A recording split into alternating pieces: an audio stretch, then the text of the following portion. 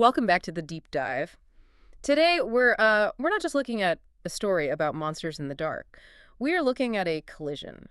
A really messy, really violent collision between what you could call two unstoppable forces. Yeah, it's a good way to put it. On one side, you have the absolute pinnacle of biological evolution, a creature that is effectively a perfect killing machine, a force of nature. Uncompromising. Then on the other side, you have something that is, arguably colder and, in its own way, much more destructive. Corporate austerity. It is a fascinating matchup. Yeah. I mean, usually when we look at narratives in this universe, it's always Marines versus aliens. It's firepower versus claw and tooth. Right, pure physical conflict. But today's subject, the Cold Forge, it gives us a completely different equation. And it asks, what happens when you try to apply a spreadsheet mentality, cost-cutting, downsizing, auditing, to a force of nature that it cannot be quantified. It doesn't fit in the box. And the setting for this disaster is it's a character in and of itself. We are heading to a station, a remote research station, technically designated RB-232. But nobody calls it that. No, nobody. The people who live and die there, they call it the Cold Forge. Which is a very, very evocative name, especially when you understand where it is. To really get the stakes here, you have to visualize the location. RB-232 is in orbit around a star called Kaufman. But it's not a comfortable orbit. Oh, not at all. It's not in some, Goldilocks zone. Yeah. This station is practically skimming the star's corona. It is tucked in behind this massive, heavy-duty heat shield that is just constantly being blasted by solar winds, radiation, unimaginable heat. So picture this. You're inside this station. It's industrial, it's sterile, it's freezing cold, which is where the name comes from. The Cold Forge. Exactly. But if you were to step just for a second outside the shadow of that heat shield, you would be incinerated in a fraction of a second. You're basically living inside a refrigerator that is being perpetually thrown into a furnace. Precisely. And that precariousness is the entire point. The only thing keeping the whole crew alive is technology. Cooling systems, shields, complex algorithms managing heat distribution. And the station itself, it's a shadow facility for Weyland-Yutani. Of course it is. Of course. They're out there because it's remote, it's off the books, and they can conduct research that, let's be brutally honest, would be highly illegal anywhere else in governed space. What kind of research are we talking about? The big three, really. They are weaponizing biology, which we'll get into. They're weaponizing artificial intelligence. And they're weaponizing software, a trifecta of bad ideas. It's a pressure cooker, a literal and a metaphorical pressure cooker. And into this exact environment walks a man who is, I would argue, scarier than the monsters he's about to audit. Oh, without a doubt. Let's talk about the source material's antagonist, Dorian Sudler. Because this guy, he really, really stuck with me. Sudler is a masterpiece of corporate villainy. He is so well drawn because he isn't a soldier. He isn't some cackling mad scientist. He is an auditor. An auditor? It sounds so boring. And that's the horror of it. He is sent by the company to right-size the operation. Now, as you know, in corporate speak, right-sizing is a euphemism. It means firing people and slashing budgets. A bloodbath on a spreadsheet. But for Sudler, it's more than that. It's almost a religious experience. He takes a profound, deep pleasure in it. There is this scene right at the beginning that just perfectly encapsulates him. He's on the transport ship, the Athenian, on his way to the station, and he lights a cigarette. A physical cigarette. In space. Right. It's insane. You do not smoke on a spaceship. The air is recycled. It's a massive fire hazard. The ship's doctor, a woman named Jana, she comes over and tells him to put it out. And he knows he's wrong. He knows the rules. He knows it's dangerous, but he just keeps doing it. And it's not about the nicotine. The source material is very, very specific about this. He watches her face. He watches her distress, her anxiety. The text literally says he derives pleasure from displeasure. Ugh, that phrase is chilling. It is. He enjoys the fact that his violation of the rules, his simple act of defiance, makes her deeply uncomfortable. It's a power exchange. He is establishing his dominance before he even sets foot on the Cold Forge. He's showing them that the rules don't apply to him. Pleasure from displeasure. It suggests his primary motivation isn't really money or even corporate success, but just twisting the knife. The cruelty is the point. It goes even deeper than that, though. There's another moment, even before he gets there, where he is reviewing the personnel files for the Cold Forge. He finds a file for a former employee named Alan Canor. Okay. Now, Kaner had recently committed suicide, and the reason he did it was because he found out that Sudler's audit was coming, and he knew he was going to lose his job. So his audit has already claimed a life before he's even arrived. Yes, and most people, even a hardened executive, would probably feel a pang of guilt there, maybe a moment of silence, some sense of responsibility. But not Sudler. Not Sudler. Sudler immediately pulls up the financials. He checks the details of Kaner's departure, and he realizes that because Kaner killed himself before he could officially sign his severance package, Oh, no. the company is no longer synonymous with that debt. They don't have to pay the severance. And crucially, the suicide clause in his contract voids the life insurance policy for his family. So his family gets nothing. Nothing. And instead of a tragedy, Sudler sees a score. The source says he calculates that he just saved the company $2 million. He literally makes a note of it as a personal victory. That is the banality of evil right there. He looks at a dead human being, a ruined family, and he sees a line item adjustment. Oh, good, the inventory liquidated itself. That is exactly it. He views people strictly as inventory, as assets or liabilities on a balance sheet. If the inventory is defective or too expensive, you write it off. That is his entire worldview. And he's there to strip the cold forge down to the bone. He plans to fire almost everyone. He sees the whole operation as bloated and inefficient. He represents the inherent danger of viewing the world solely through spreadsheets. But what's fascinating and kind of twisted is that he also has this strange, warped artistic side to him. Right, he sketches. He carries around a little sketchbook. He does, and he appreciates form and power. When he looks at the station orbiting that burning star, he doesn't just see a piece of hardware. He sees the aesthetics of the machinery, the raw power of the environment. And this becomes very, very relevant later on. Extremely. Because when he eventually encounters the xenomorphs, he doesn't have the reaction you or I would have. He doesn't scream, he doesn't panic, he doesn't run. He admires them. He is awestruck. He calls them predation perfected. He sees them as fine art. In a way, he relates to them more than he relates to the human scientists on the station. How so? The xenomorphs are efficient. They are ruthless. They don't have morals or sentimentality. They just consume and advance and propagate. That's a mirror image of how Sudler operates in the corporate world. He sees a kindred spirit in the monster. That is a genuinely terrifying thought. So, we have the shark circling the tank. Now let's look inside the tank. Let's look at the person trying to keep the whole thing running. Dr. Blue Marsalis. Yes, Blue. She is the lead geneticist, but her situation is, well, it's incredibly complicated. Complicated is a massive understatement. Blue is a study in duality. If Sudler is the clear villain, Blue is our protagonist, but she's a very, very prickly one. She's not a warm, fuzzy hero by any stretch. And physically, she is in a desperate state. She suffers from a degenerative condition called Plagiarus syndrome. And the source material, it does not shy away from the brutal reality of that. It's not just that she's weak or ill. She's completely bedridden. Her body is described as gnarled by illness. She's emaciated. She relies on feeding tubes, catheters, colostomy bags to even stay alive. It's a prison of flesh. Absolutely. She is in constant chronic pain. Her biological existence is a nightmare. But thanks to the high-tech setting of this story, she has an escape hatch. The BDI. She uses a brain direct interface, a BDI. This allows her to project her consciousness, her mind, into a synthetic body. A top-of-the-line android named Marcus. And Marcus is the complete opposite of her biological body. Everything her body isn't. He is a prime physical specimen. He's described as tall, blonde, incredibly strong, impossibly durable. When Blue is piloting Marcus, she can walk, she can run, she can lift heavy equipment with ease.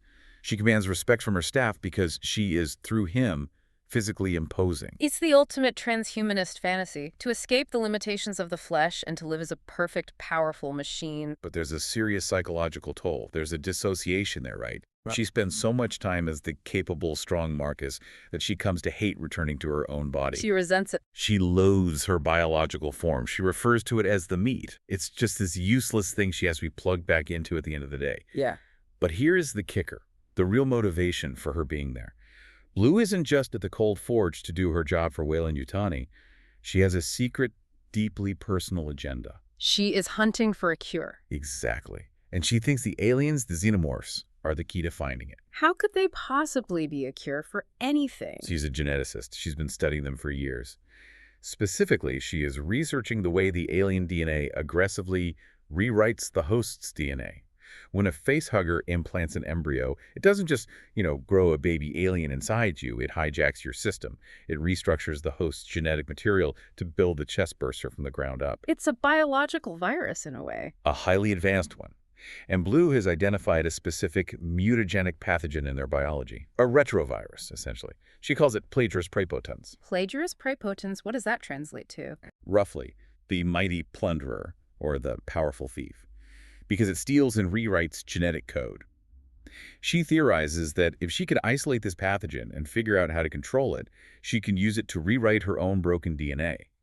She wants to use the alien's biological toolkit to fix her Bashara's syndrome. That is the definition of high risk, high reward. She wants to gene splice herself with the deadliest organism in the known universe. It's the only option she has left. And because this research is so valuable and so unsanctioned, she's hoarding the data.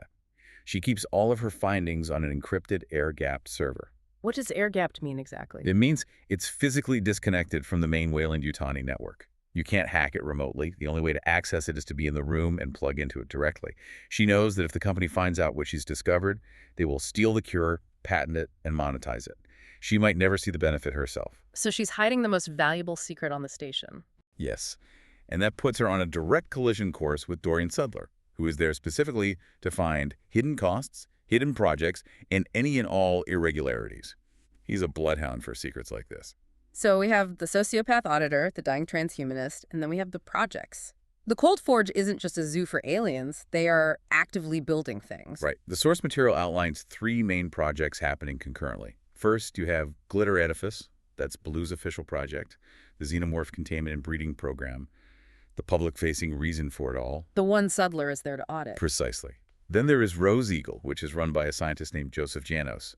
That project focuses on encrypted communications, likely for military or corporate espionage purposes. But the third one is the loaded gun on the mantelpiece. It's called Silver Smile. Silver Smile, it sounds almost friendly, benign. It is really, really not. It is a piece of weaponized malware, a computer virus designed by a brilliant but maybe morally flexible programmer named Lucy Biltmore. What does it do? The concept is that you unleash Silver Smile into an enemy's infrastructure, say a rival corporation's servers or a planetary government's facility.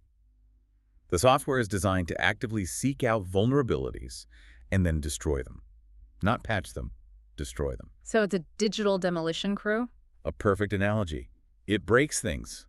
It overheats servers until they melt. It shuts down power grids. It corrupts critical data. It opens secure doors. Its only purpose is to cause catastrophic systemic failure. Okay, so let's just take stock for a second. We are on a fragile space station that is literally skimming the surface of a sun. Check. We have a corporate sociopath on board whose mission is to fire everyone and cut costs. Yeah. We have a desperate, brilliant scientist who is hiding a world-changing secret on an isolated server. Check. We have a hive of hyper-adaptive, super predatory xenomorphs in the basement. A big check. And just for good measure, we have a weaponized computer virus designed to destroy infrastructure just sitting on a server somewhere. You can see where this is going. I feel like I know where this is going, but the way it all kicks off is so mundane, so realistic, it's actually infuriating. That is the absolute brilliance of the narrative. You expect the aliens to break out because they're super intelligent and they outsmart the system, or because a facehugger ambushes a guard. But that's not what happens at all. The apocalypse at the Cold Forge starts with IT support. The dirty flash. It is shockingly, painfully realistic. There's a technician named Javier, and you get the sense he's overworked, he's stressed, Sudler's audit is looming over everyone's head, and he's just trying to get his job done, so he cuts corners. What does he do? He's supposed to be cleaning the station's computer terminals, wiping them, using a secure, slow, company-approved protocol. But to save time, he uses what the source calls a dirty flash tool. Basically, a USB drive that hasn't been properly sanitized, it's got other code on it. He plugs it into the mainframe to do a quick wipe of some terminals. And he accidentally introduces Silver Smile into the station's core AI. He injects the weaponized virus directly into Juno and Titus, the 2 AIs that run the entire station.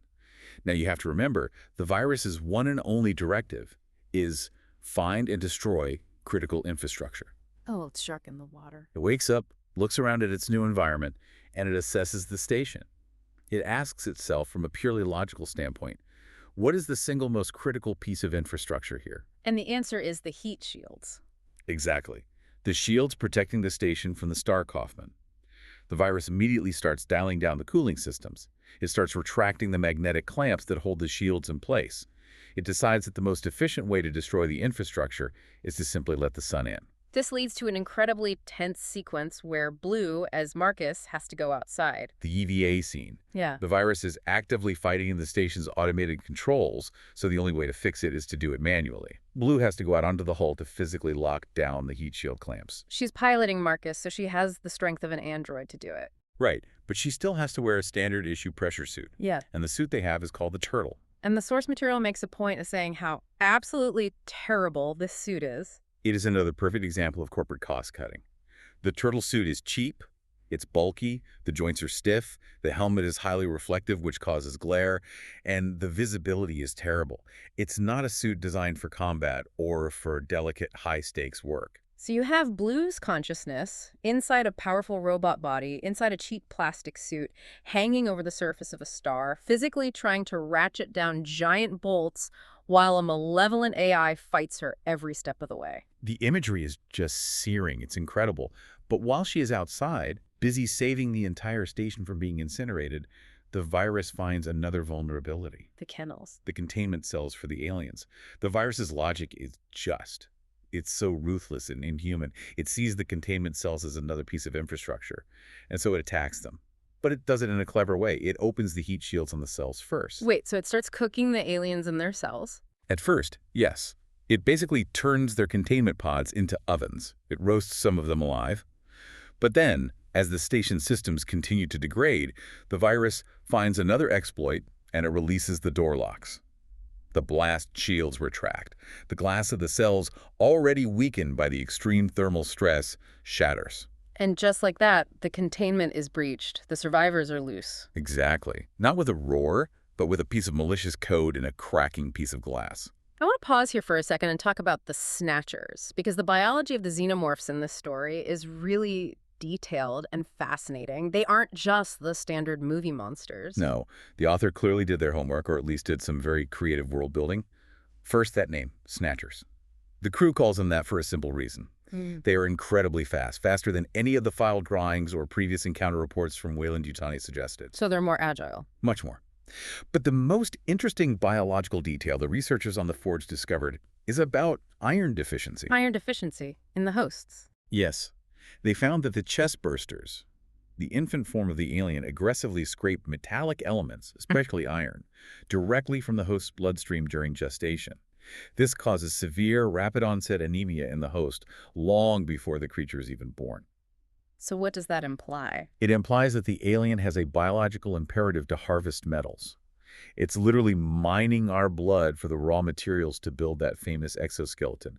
Its claws, its teeth, they aren't just born with that armor, they build it out of us. That is such a gritty, horrible detail. And the hosts in this particular facility, they aren't using humans, right? No, for ethical reasons, or more likely just practical and legal ones, they are using chimpanzees as the primary hosts for the embryos. And this affects the adult form of the creature. It does. The source makes a point of noting that the adult aliens on the Cold Forge don't look like the classic bipedal man-in-a-suit monsters we often see.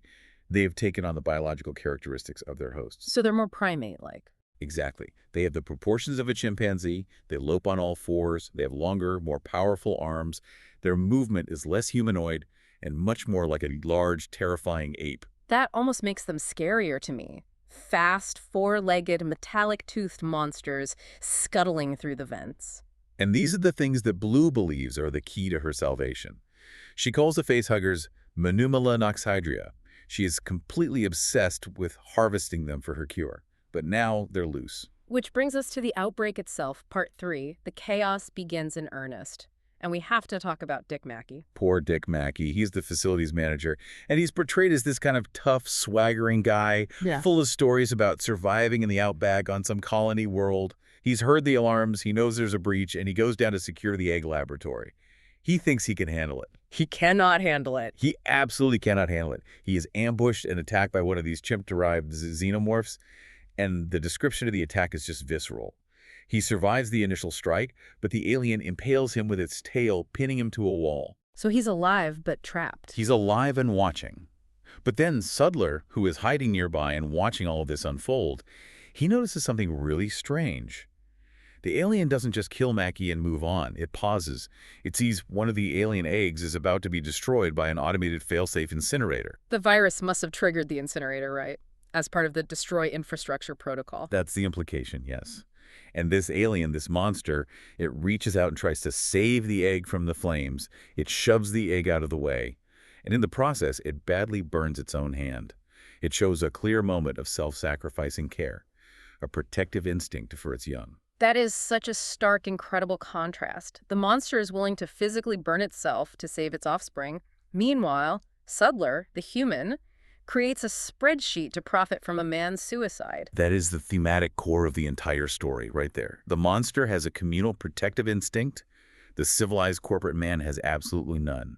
Sudler watches this horrific violence, and he doesn't feel horror. He feels awe. He literally calls it beautiful. Taking notes. He's trapped in the kennels, hiding in a storage locker, watching his colleagues get torn to shreds, and he's taking mental notes on the purity and form of the alien's movements. He really is a different species of human. And while he's hiding in that locker, he discovers something absolutely damning about the station's defenses. The armory. Ah, yes, the moment of truth. The station's small security team rushes to the armory to get the pulse rifles. You know, these big, heavy, intimidating weapons. They grab them, they aim at the aliens charging down the corridor, they pull the triggers, and nothing happens. Do they jam or run out of power? There aren't real guns. They are placebos. They are perfectly weight-balanced, high-quality props, but they are completely non-functional. Wait, what? Why? The company. Weyland-Yutani decided that giving the scientists and security guards actual high-powered weaponry on a high-stress, isolated station was a massive liability. They were more afraid of a mutiny or a workplace accident or a disgruntled employee than an alien outbreak. So to make the staff feel safe, they stocked the armory with fake guns. It was a psychological tool, and of course a cost-saving measure. Props are cheaper than real pulse rifles. That is genuinely diabolical. They sent these people into the most dangerous research environment imaginable with toy guns. It creates this horrifying moment of realization for Sudler. He understands in that instant that the entire safety protocol of the Cold Forge is a complete lie. There is no backup plan. There is no cavalry. They are utterly on their own. So the aliens are loose, the guns are fake, the virus is eating the station from the inside out. The survivors have one desperate option left: severance. This is the ultimate emergency protocol. They can trigger a series of explosive bolts to physically separate the entire kennel module from the main station. It would jettison the aliens and that part of the station into space. But there's a catch, a huge one. There are still survivors trapped down in the kennels, including a woman named Anne Wexler. And we should mention, the source makes it clear that Blue has a history with Anne. They were lovers. It's complicated, but Blue still cares for her deeply. So she has to make an impossible choice. Yes, and in this moment, we see the absolute steel in Blue's character. She pilots Marcus out onto the hull again. She is fully prepared to blow the bolts. She is willing to kill the woman she loves to save the rest of the station, and, let's be honest, to save her priceless research. She chooses the mission, the greater good, over the individual person, but it fails, doesn't it? The virus wins again. Blue, as Marcus, manually blows 2 of the 3 sets of explosive bolts, but she cannot reach the 3rd one in time. The station systems are failing all around her. An airlock malfunctions and seals behind her. She is locked out. The kennels remain attached. Dangling, but attached. The infection route is still wide open. So the monsters are now free to roam the entire facility. And this is where we enter part 4, the descent. Everything goes from incredibly bad to absolutely impossible. The few remaining survivors look to their only real hope. The Athenian, the transport ship that Sudler arrived on. It's still docked at the top of the station. The lifeboat. Exactly. The crew of the Athenian, Ken the pilot, Susan the co-pilot, Montreal the engineer, they are frantically prepping for an emergency launch. They want to get away from this doomed station as fast as possible, but they've made a fatal mistake. What's that? They didn't realize they were already breached. The monster was already on board. Susan, the co-pilot. Susan had been infected at some point. It's implied she was attacked by a face-hugger during the initial chaos near the docking ring. Maybe it was an undetected entry. And while they are all sitting on the bridge, frantically punching in launch codes, a chest burster erupts from her chest. On the bridge of the ship during takeoff, That is the ultimate nightmare scenario. It creates instant, unimaginable panic in a tiny enclosed space. The pilot, Ken, is killed in the struggle. It's not clear if it's by the chestburster or just the chaos. His body slumps over the flight controls. Oh, The gosh. ship's thrusters fire erratically at full power. The Athenian begins to thrash wildly against its docking tube like a wounded animal. It's like a car crash in space. A very, very violent one. It completely shears off the docking tube. The ship itself either explodes or just spins off, crippled, into the star's gravity well. And what's worse, most of the station's escape pods were located in that specific docking arm. So in one single catastrophic moment, they lose the ship and they lose most of the pods. So now they're well and truly trapped. No ship, limited pods, aliens in the vents. And then at this worst possible moment, Sudler does something incredibly cruel to Blue. He's been suspecting that Blue is hiding data. He's been hunting for her secret server. He wants the encryption key. So while Blue is piloting Marcus, trying to coordinate a defense, Sudler uses his high-level administrative override codes. He locks her out of the BDI system. He forcibly disconnects her from Marcus. So suddenly she's not the strong, invulnerable superhero android anymore. She wakes up in her bed, in her real body. She is slammed back into her biological reality. And you have to remember, the station is now literally falling apart around her. There is debris flying, smoke everywhere, and then catastrophic decompression begins in her section. And Blue is paralyzed. Her muscles are atrophied. She can't walk. The description of this part in the source material is genuinely hard to read. It is pure body horror, but not the alien kind. It's the horror of human frailty. Blue has to drag her useless body across the floor using only her arms. The source describes the sickening sound of her knees smashing against the metal deck plates because she has no control over her legs. It's horrifying. Her medical appliances, her colostomy bag, her feeding tube, they're catching on debris, they're ripping at her skin. She is literally crawling through hell, inch by agonizing inch. And strangely, in this moment of total desperation, she gets help from the absolute last person you would ever expect, Kimberly. Kimberly is her rival scientist. Earlier in the story, he's the one who actually sold Blue out to Sudler. He's the one who hinted that she was hiding something on a secret server. He's a weasel. He's ambitious and selfish. But in the end, as the air is being sucked out of the corridor and alarms are blaring, Kimberly sees her, and he grabs her. He drags her toward a closing blast door. He literally throws her through the gap to safety. he saves her life. He does, but he isn't fast enough to save himself. The heavy blast door slams shut, and it shears both of his hands off at the wrists. He's left on the other side, bleeding out, dying in the vacuum.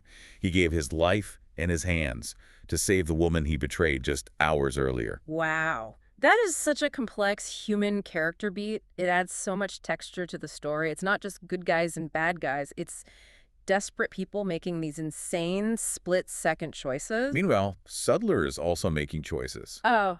But they're very, very different kinds of choices. He's managed to gather a small group of survivors around him.